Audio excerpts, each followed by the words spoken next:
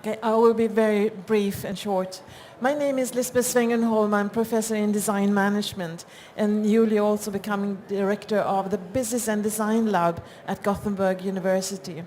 When I started to look at the development of design field, it's obvious that it's changing, and we were so pleased that we could invite Professor Ezio Manzini from Politecnico di Milano, but also professor at University of Arts in London and Jiantong in China, etc., etc., who has written a really interesting book about this subject, introducing design to social innovation. If I have only a flyer of the book, it's there, and you can also ask questions afterwards. But I'm very happy that you're here and going to present your work. So. Thank you. The floor is yours. Okay. Thank you, Lisbeth, and thank you to everybody. You have to be really professional to talk in this kind of condition, but I will do my best. And I also think that given that we are in a book fair, the best thing to do here is really to talk directly of the book and to try to convince you that you cannot live without this book. So you have to run. Unfortunately, not here because it's not physically here, but you have to run to your computer and to go to MIT Press and say, urgently send me a book. No, I'm joking.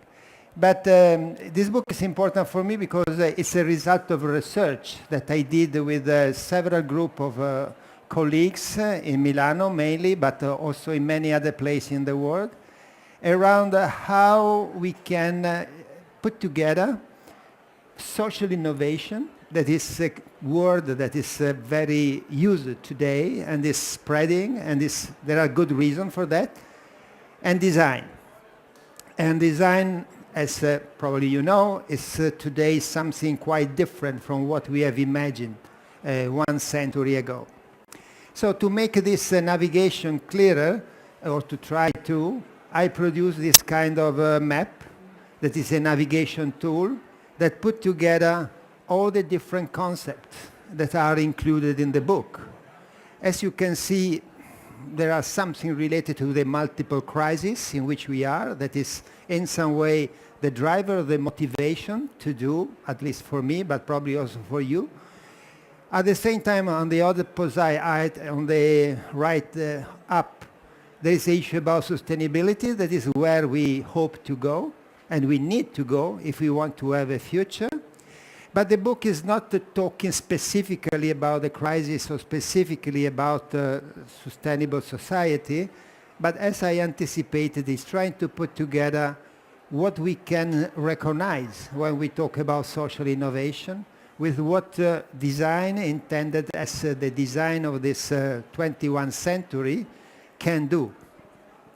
So let's start very shortly following also how the book is organized, the social innovation issue. All the social innovation, you know, is whatever kind of innovation that do not start in a technical, scientific laboratory, but start in some way into the society and afterward evolve and change the society. Me and many people as me are very interested to a part of this social innovation that I call local discontinuity. Local discontinuity means a small group of people that start to do something that was not obvious before. So it's typically a bottom-up innovation with a radical attitude. So to do something that has not been foreseen in the mainstream. And even unfortunately, in this moment in the world, we have so many bad news, and we have to be aware of that. Luckily, there are also some good news. And the good news is that in the same moment, there are millions of people around the world that are doing something, as I said before, some way of doing, some way of being, that are not obvious, that are organizing their life or part of their life in a different way.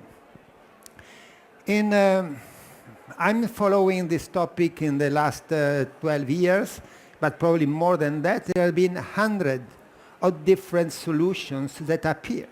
that has been invented by people. I will not read all of them. I'm sure that nowadays you recognize what I'm talking about.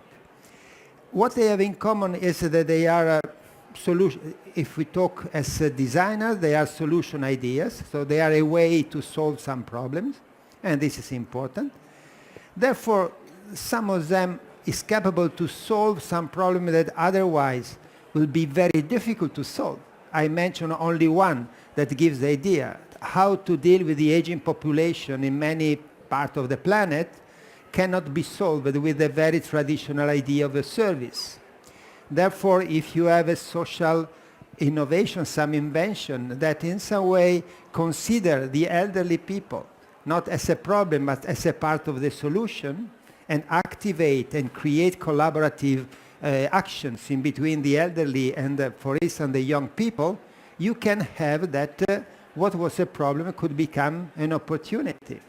And many of them have this kind of characteristics. So their radicality is such that they permit to change the rule of the game and to make things in a totally different way. But what is really, for me, very interesting is that they do not only get a certain result, as for instance, solving a problem to take care of some elderly people in a more active way, but the way in which they do it have a kind of sub-product that is sociability. So they create social link. They are based on a form of collaboration that while you get a result, the main result, they have also the result of creating the possibility to increase the fabric, the quality of the social fabric. So they have a second very important product that, if we had the time, should be discussed. So it's a kind of social capital or common goods that is realized thanks to this kind of initiatives. This is why, for me, and for who thinks as me, this kind of innovation can be seen not only as solution of the problem of today, but also a kind of anticipation of how a sustainable way of doing and being could be. And this is, in my view, why they are so important. Assumed that my few words are not enough to explain, but at least to give the flavor of the idea of what I'm talking about, if it's really so important, the question that we have raised is, and so what for the designer? So what the designer can do? And so we had to move to the second pillar of the book. The one pillar is social innovation and the description of this kind of social innovation. And the second one is design and how design is changed. I said before the design of the 21st century is very far from the design of the 20th century. And if you go in a bookshop, probably also here, you find so many books about design that are putting together design with a different kind of objects. So it's not only the traditional product design or graphic design, but you have design of policy, design of social transformation, designs for change. So you recognize that design can be an operator, an agent, to intervene in very complex issues, as the one, for instance, that we were treating before. So if we think about design for social innovation, we have to be capable to update our idea about design. So not to think design as we thought one century ago in the last century, but to think design as it is appearing to be today. That is design, strategic design, service design, design organization, design for policy, all this kind of application of a mentality, an approach, a culture to design. Therefore, when I talk about design for social innovation, it is not a new discipline of design. So it's not that, as we have had the product design, the graphic design, and now and afterward the service design, the strategic design, that are disciplines of design. Design for social innovation is not a new discipline of design. It's a way, a direction in which you apply design. So until now, the design has mainly looked to this technical innovation to find new solution. And so in some way, design has been seen as a kind of humanizer of wild technologies. And you could be whatever kind of designer to do this. Now it's the same, but the bridge is drawn in the opposite way. So you look to the society, you try to recognize something that is happening in the society, and afterward you see in which way you can trigger new of this initiative, support them, and make easier for them to be reproduced and to last in time and to be more accessible. Therefore, you can be whatever kind of designer, even though, for me, the core is service design. So the majority of this initiative are some form of organization in which people have some service interaction. But it could be communication design, a lot of this. It could be interaction design. It could be, for sure, strategic design. Sometimes you can also have some products that promote and support some social innovation. Therefore, I was, in my map, I was trying to show that it could, depending on what is the moment in relation to some social innovation, what design can do. So, for instance, there are some colleagues that work in design for social innovation as a kind of design activist.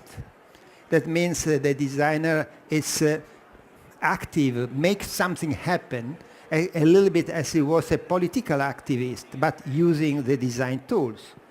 But when you already have some community, you can work with the community. And so there is a lot of action that can be done to help the community that are starting to do something interesting to proceed in the co-design process in a better way, in a more software, in a more productive way.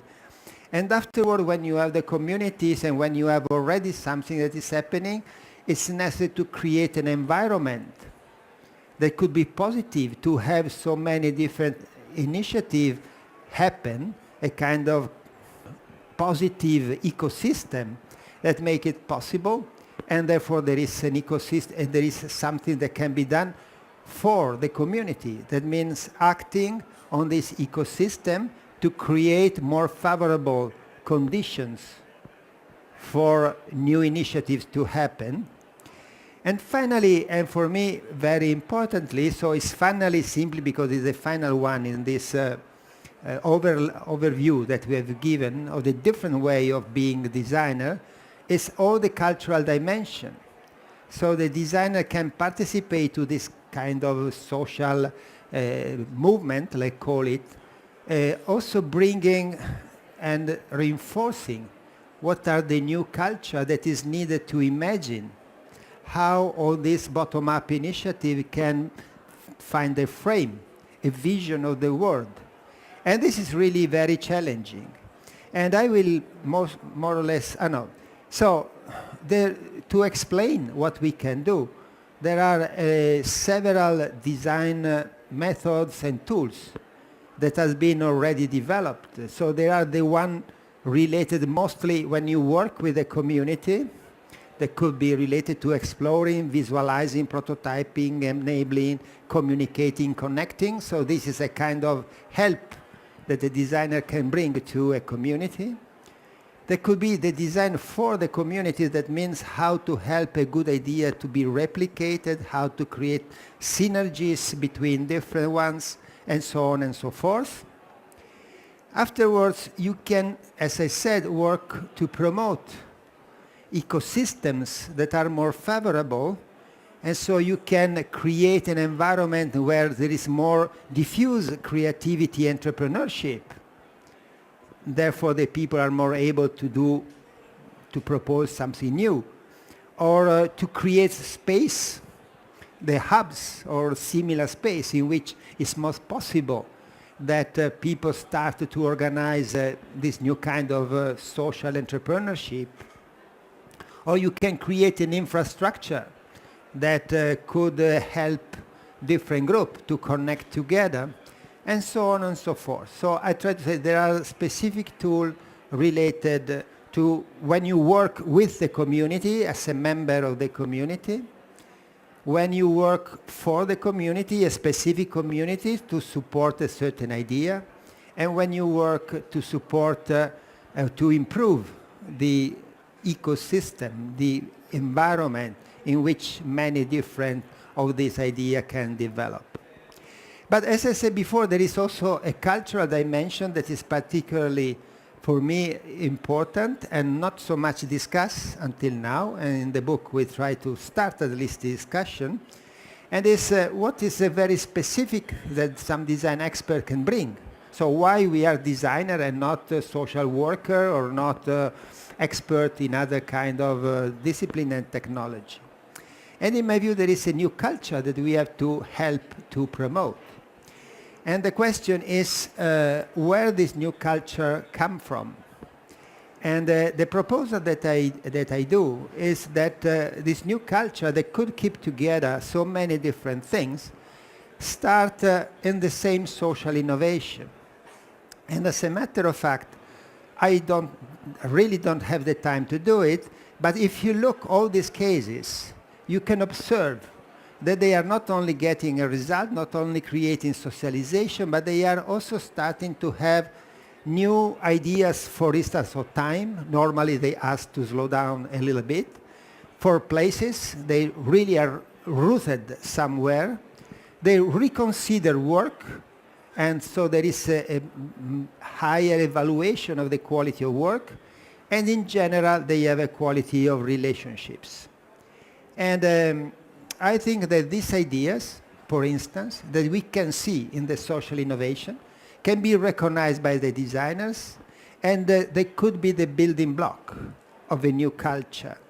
And this new culture could permit to develop a new narrative, because we desperately need a narrative to get out from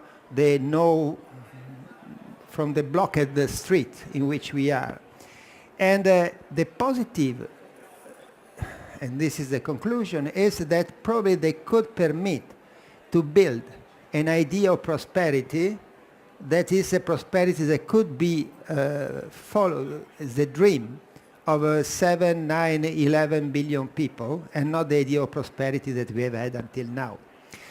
Read the book and you can find all the questions that you can have. In any case, I will be here if you want to talk. I'm very happy to do it.